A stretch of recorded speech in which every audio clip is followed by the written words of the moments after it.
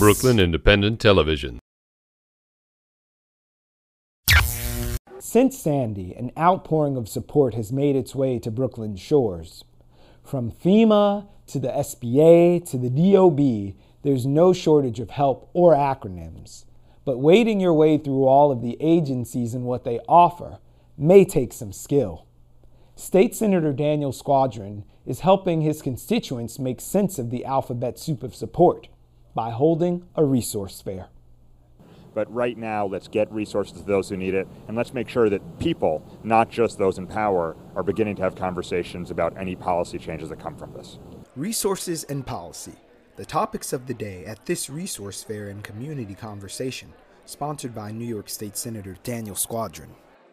At Galapagos Art Space in Dumbo, elected officials, representatives from the Federal Emergency Management Agency, the Small Business Administration, and various other agencies and businesses met Brooklynites to answer questions, raise awareness, and express a little outrage. Some insurance companies are not respecting their policyholders.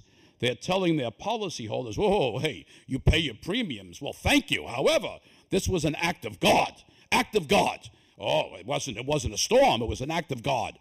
Well, the truth of the matter is, act of God of not, it was a storm that whipped the waters up that destroyed property and everything else, okay? So the bottom line is, respect your policyholders. You should be looking for ways to cover your policyholders. That's called respect. Ruth ARBERMAN is looking for some respect. She and her husband Jeffrey have been caring for his elderly mother since Sandy destroyed her Sheepshead Bay home, and their dealings with the insurance companies have been less than smooth. If you pay an insurance company premiums, like my mom-in-law has for the last 63 years, and then you finally have a claim, this shouldn't be a problem. And yet, it seems like every step of it is. You know, they've denied her homeowner's claim. They sent the adjuster back because they claim there was no damage to her roof, which there is, that she's not covered for the flood insurance because it was a flood. And it's sort of like, but, you know, the policy says you have hurricane insurance. What does that mean if it doesn't include the water?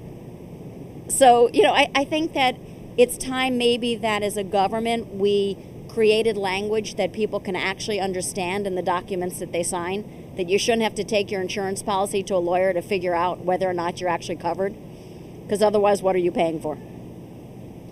No one had to pay for the free advice and counsel offered by representatives like IDAMIS de Jesus, an emergency management program specialist with FEMA.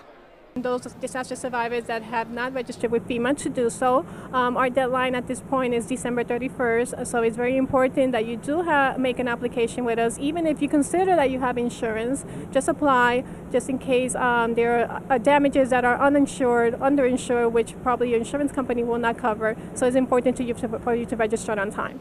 She went on to explain the process.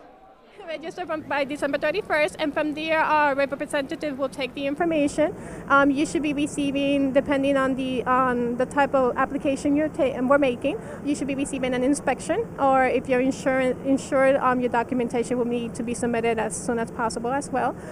From there, after the inspection, you should be receiving a determination or a decision from our agency letting you know what assistance are available, and just following through to make sure that you are actually receiving the assistance that could help you. The event also took into account Brooklyn's business community, with representatives from the Small Business Administration processing applications and fielding questions.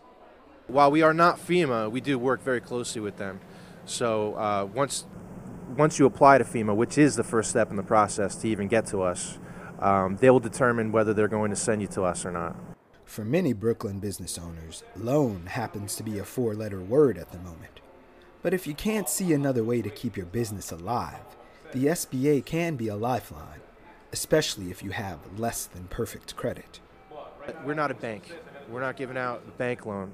While we do look at your credit history and while we do look at your ability to repay, these are not factors that will determine whether or not you'll get this loan. For instance, if you do have a poor credit score, or you perhaps went into bankruptcy before, this is not going to exclude you from getting this loan. This is just something that we look at to determine your rate. So what I'm here to do is to not give out a bank loan, but show you how you can access your own money This is government funds, and we want to be able to help businesses get back on their feet. The fair was only half the draw. After getting information, attendees shared experiences from the storm and looked ahead to better plan for a future where severe weather is the new normal. There are a lot of different steps in the recovery people are going through. Some are still out of their homes, their businesses are still shut for months. Some are getting up and running. If you were at all impacted, there's still a lot to focus on. And if you weren't, as a city, we all need to be thinking about it because there are going to be changes coming out of this. We want to make sure they're the right ones. For Brooklyn Review, I'm Brian Vines. Watch this and other Brooklyn Independent Television episodes online at breakartsmedia.org/BIT.